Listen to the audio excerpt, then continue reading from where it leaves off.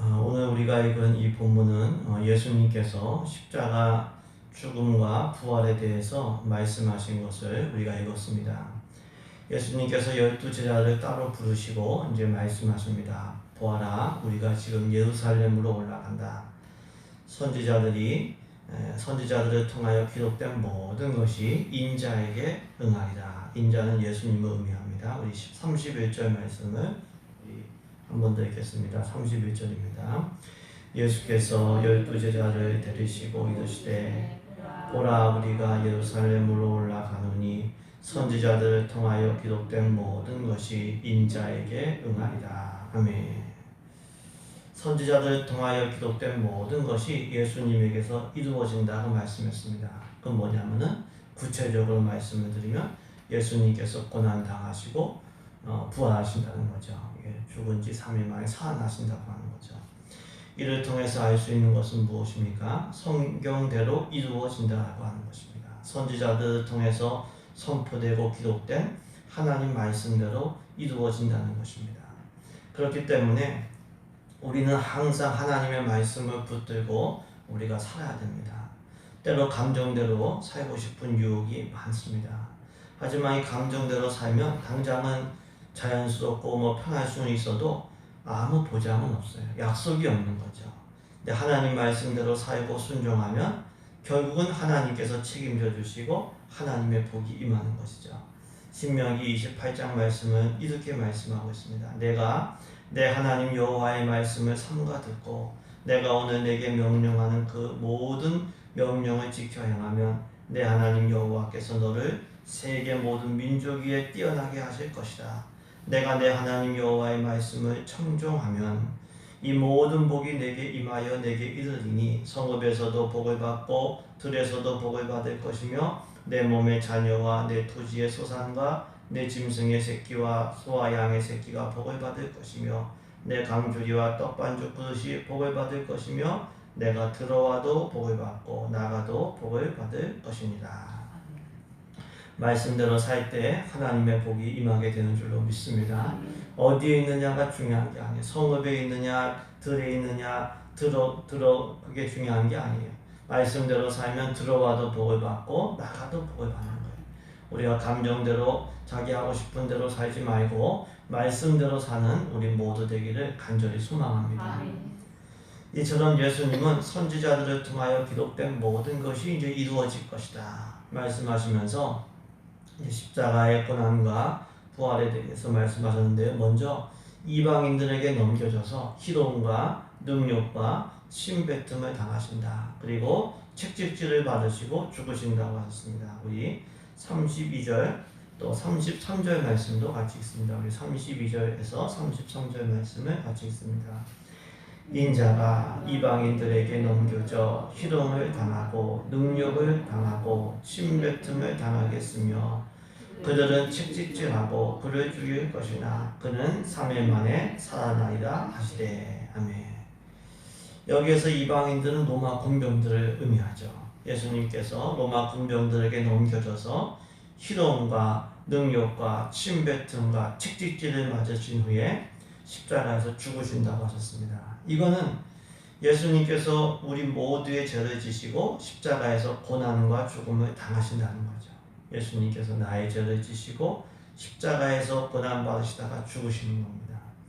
이사야 선지자는 오래전에 이 예수님을 이렇게 예언을 했습니다. 이사야 53장 말씀 보시면 그는 실로 우리의 질고를 지고 우리의 슬픔을 당하였거늘 우리는 생각하기를 그는 징벌을 받아 하나님께 맞으며 고난을 당한다 하였노라. 그가 찔림은 우리의 허물 때문이요 그가 상함은 우리의 죄악 때문이라. 그가 징계를 받음으로 우리가 평화를 누리고 그가 책찍에 맞음으로 우리가 나음을 받았도다. 우리는 다 양 같아서 그릇 행하여 각기 제 길로 갔거늘 여호와께서 우리 모두의 죄악을 그에게 담당시키셨도다.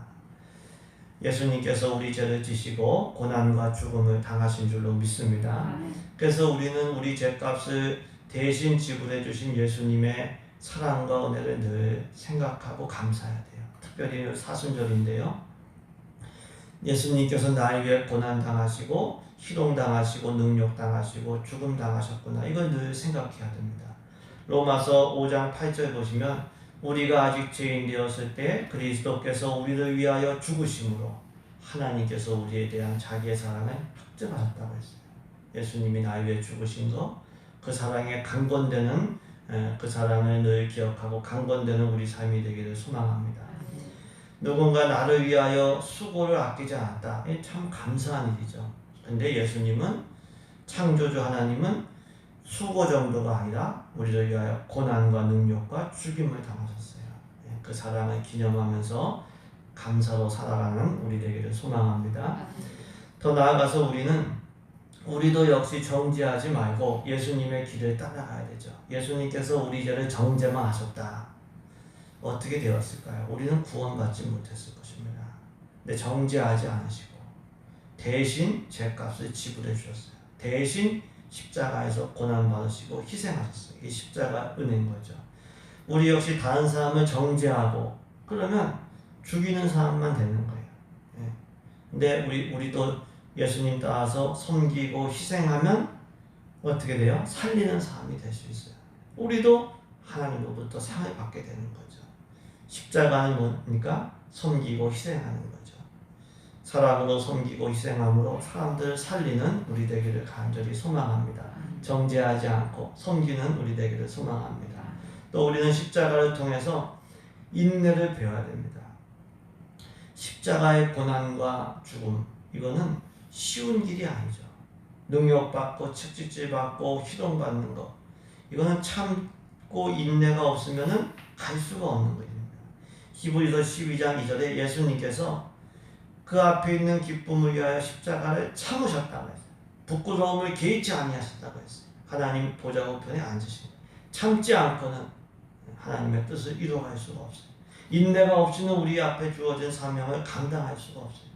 십자가를 참으신 예수님 바라보면서 우리도 인내하는 우리 모두 되기를 주님의 이름으로 축복합니다. 이처럼 예수님은 우리 죄를 지시고 십자가 고난과 죽임을 당하셨습니다. 그것으로 끝나셨을까요? 그렇지가 않습니다. 3일 만에 살아나셨다. 나신다고 하셨고 또 그렇게 되셨죠. 우리 33절 말씀을 같이 읽도록 하겠습니다. 33절 말씀 같이 있습니다. 그들은 채찍질하고 그를 죽일 것이나 그는 3일 만에 살아나리라 하시되. 예수님은 우리 죄를 지시고 십자가 고난과 죽임을 당하셨지만 3일 만에 살아나셨어요. 결국 이 십자가 고난이 끝이 아니라고 하는 것을 알 수 있어요. 십자가 고난 뒤에 부활의 영광이 있는 거죠. 우리도 마찬가지입니다. 예수님을 따라서 십자가 길을 갈 때 그것으로 끝나지 않아요. 부활의 영광이 있고 또 다른 삶이 있는 거죠. 성경은 죽음 이후에 또 다른 삶이 있음을 말씀합니다. 고린도전서 15장 19절에 만일 그리스도 안에서 우리가 바라는 것이 다만 이 세상의 삶뿐이면 모든 사람 가운데 우리가 더욱 불쌍한 자이리라. 우리가 바라고 소망하는 게 이 땅에서의 복이 전부면 우리는 정말 불쌍한 사람이라고 했습니다. 우리가 바라고 소망하는 복은, 진짜 복은 이 땅에, 이 세상 너머에 있는, 죽음 너머에 있는 부활의 영광이다라고 하는 것을 우리가 기억해야 됩니다. 예수님 그 앞에 있는 즐거움을 위하여 참으셨듯이 우리도 부활의 영광을 바라보면서 우리가 가야 할 길을 가야 되는 거죠. 우리의 시선이 어디에 있어야 됩니까? 이 땅에서의 고난, 십자가에 있지 않고 이 땅 너머에 있는 부활의 영광에 있기를 소망합니다. 부활을 바라보고 그날에 참여할 것을 우리가 바라보면서 나아갈 때 우리가 믿음의 길을 결국은 완주할 수가 있게 되는 거죠. 우리의 시각이, 우리가 초점이 부활의 영광에 있기를 주님의 이름으로 축복합니다. 이렇게 예수님은 성경을 통해서 예수님께서 일어나실 일들, 예수님에게 일어날 일들을 말씀하셨어요. 십자가 고난과 죽음 후에 3일 만에 살아나야 된다. 살아날 것이다. 말씀하셨어요. 근데 제자들은 하나도 이것을 깨닫지 못했다고 했어요. 우리에게 깨닫는 은혜가 있기를, 넘치기를 소망합니다. 근데 제자들이 깨닫지 못해요. 왜냐하면 감추어져 있기 때문에. 우리 34절 말씀, 마지막 절 말씀을 같이 읽습니다. 제자들이 이것을 하나도 깨달지 못하였으니 그 말씀이 감추었으므로 그들이 그 이르신 바를 알지 못하였더라. 왜 제자들에게 십자가의 말씀 또 이 부활의 말씀이 감춰져 있을까? 왜 그들이 알지 못했을까? 그 이유는 이유 중에 하나는 제자들이 세상의 영광과 이 정치적인 메시아를 추구했기 때문이었어요. 당시 유대인들이 다 보편적으로 하나님께서 보내실 구원자 메시아는 로마로부터 어떤 압제로부터 구원할 정치적인 왕, 정치적인 구원자, 경제적인 메시아를 이렇게 구했어요. 제자들도 마찬가지였어요. 그렇기 때문에 십자가의 고난의 메시아, 고난을 통해서 구원하시는 메시아에 대해서 이해가 안 가는 거예요. 그걸 아예 왜 이렇게 예수님이 이게 예루살렘에 가서 나를 독립시키지 않고 왜 죽으신다고 하실까? 이게 깨달아지지가 않는 거죠. 이를 통해서 알 수 있는 것은요, 세상 영광과 세상 욕심에 집착하면 진리의 말씀이 깨달아지지가 않는다고. 진리의 말씀. 자기가 생각하는 방법만 고집하면 하나님의 방법을 받아들일 수가 없어요. 하나님의 방법은 뭐냐면 십자가였어요. 십자가 고난과 섬김과 희생을 통해서 구원하고 살리시는 게 하나님 방법이에요. 근데 세상은 그렇지 않거든요. 세상은 십자가 흉악범 달리는 거기 때문에 아주 정말 저주받은 자로 생각을 한 거죠. 우리가 그 세상 영광과 자기 욕심과 자기 방법에 매이면은 하나님의 방법을 이해할 수가 없어요. 하나님의 구원은, 하나님의 응답은 우리가 원하는 방식대로 오지 않을 수가 있어요. 근데 제자들은 정치적, 경제적 메시아를 원했지만 하나님의 구원의 방법은 고난의 메시아, 십자가의 방법이었어요.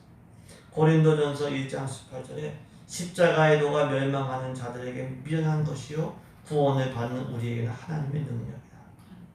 세상은 십자가를 이해하지 못해. 저기 달려서 죽은 이렇게 얘기하죠. 이사야 55장 8절에 이는 내 생각이 너희의 생각과 다르며 내 길은 너희의 길과 다름이니라. 여호와의 말씀이니라. 이는 하늘이 땅에서 높음같이 내 길이 너희의 길보다 높으며 내 생각이 너희의 생각보다 높음이니라. 우리가 원하는 방법과 하나님의 방법이 다를 수 있어요. 우리가 원하는 응답과 하나님의 응답은 다를 수 있어요. 창세기를 보시면 요셉이 하나님으로부터 꿈을 받은 이후에 정말 고생을 많이 했어요. 노예와 제수로 연단을 받았어요. 요셉이 그것을 원했을까? 채색 옷을 입은 귀하게 자란 그 귀한 아들이 그것을 원했을까? 결코 원했지 않았을 것 같아요. 근데 하나님의 방법은 그 방법이 아니에요. 요셉이 원하던 방법이 아니에요. 근데 결국 요셉이 하나님의 방법을 따라갈 때 불평하지 않고 최선을 다해 따라갈 때 존귀하게 쓰임받고 하나님의 뜻이 이루어지게 되는 거죠. 우리가 원하는 방법과 시간대로 되지 않는다고 해서 절망할 필요가 없습니다. 왜? 하나님의 뜻과 방법이 제일 온전하고 높기 때문에 그렇습니다. 하나님의 방법, 우리를 구원하시는 하나님의 방법은 십자가였어요. 십자가 고난과 섬김과 희생을 통해서 우리를 구원하시는 게 하나님의 방법이에요. 세상적으로 인간적으로 볼 때 십자가는 정말 약하고 정말 흉악범을 사용시키는 방법이지만 하나님은 그 십자가로 우리를 구원하시죠. 이것이 하나님의 지혜입니다. 우리도 하나님의 방법을 따라야 돼요. 우리도 하나님의 방법을 따라야 돼요. 십자가 섬김이 당장 우리에게 손해보는 것 같고 힘든 것 같지만 그것이 우리를 살리고 사람들을 살리는 방법이에요. 우리가 제자들처럼 세상 영광을 구할 때가 있어요. 근데 하나님의 원리는 십자가 고난 없이는 부활의 영광도 없다는 거예요. 학생들이 공부하는 거, 운동선수들이 운동하는 걸 보면은 우리가 금방 알 수 있습니다. 이 공부하고 운동하는 게 사실 얼마나 힘듭니까? 근데 자기를 부인하고 절제하고 인내하면서 공부하고 훈련하고 운동할 때 그 사람한테 결국은 좋은 결과가 오게 되는 거예요.